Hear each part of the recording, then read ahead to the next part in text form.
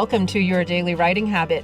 If you are writing a book or thinking about it, or maybe you've started writing a book but you need some help getting it done, you are in the right place.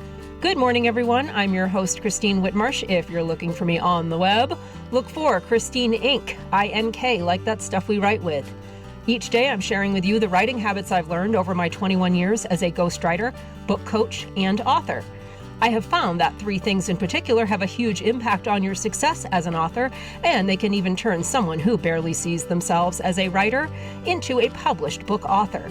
Those 3 things, my pillars here on the show, are writing fundamentals, productivity, and mindset habits.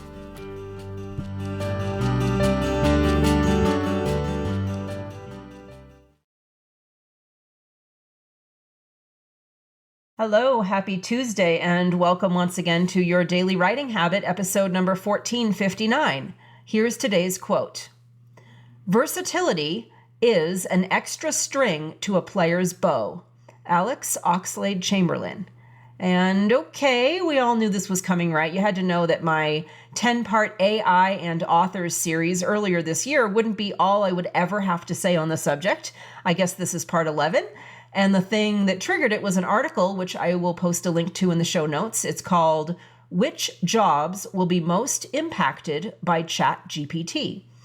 And the article featured 2 lists under a subheader that reads, What makes your job exposed to GPT? Exposure being defined as economic impact. The examples under low exposure were as follows: low wages, manufacturing, agriculture, mining, jobs requiring low formal education, jobs requiring many hours of on-the-job training, critical thinking skills, and science skills. Under high exposure to GPT's effects, high wages, writing, programming, information processing, work that requires college degree or higher, minimal on-the-job training, and routine and repetitive work. And vague, right? Pretty vague, and at times I think contradictory. Like science skills fall under low exposure, but, and I quote, work that requires a college degree or higher falls under high exposure? Why do I get the feeling that maybe an AI wrote this article to send us in circles, chasing our tails about how it's going to impact us?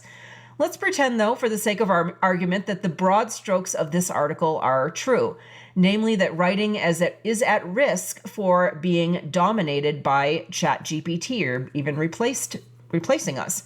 Which, if you're even a little familiar with the chatbot or others like it, it should make sense to you. Even as I speak, droves of individuals in business and marketing and sales are prompting ChatGPT to generate copy for them. Not write copy for them, but generate words in a sequence and form that resembles something that a writer might create.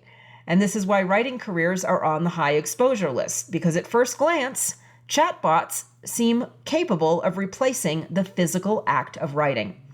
Fortunately, as writers, we know what job analysts and what AI doesn't know, that the art of writing involves a heck of a lot more than putting thoughts into words. In fact, revisit those 2 lists that I read earlier, either by rewinding this episode or clicking on the article in the show notes and looking at the graphic for yourself. There are items on the low exposure list that can easily intersect with writing, like science and critical thinking. Also, keep in mind that this is just one article with 2 very, very small lists of examples. Here's my point. As writers, we can reduce our economic exposure by being intellectually and skillfully diverse. We are far from one-trick ponies, and remembering this might be a big way in which to differentiate ourselves, from this latest technological tool. This might be the key to the future of work. Change your perspective from fear to expansion. Here's an example.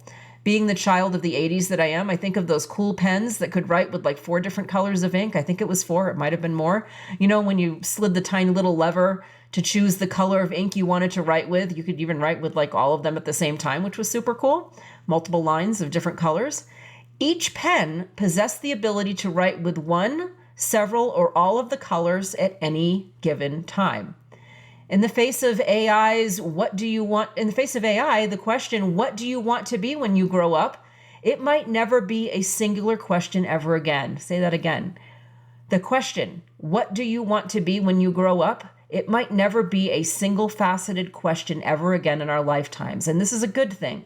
Complexity, depth, diversity, and versatility, these could be some of our most unique strengths as writers and as humans.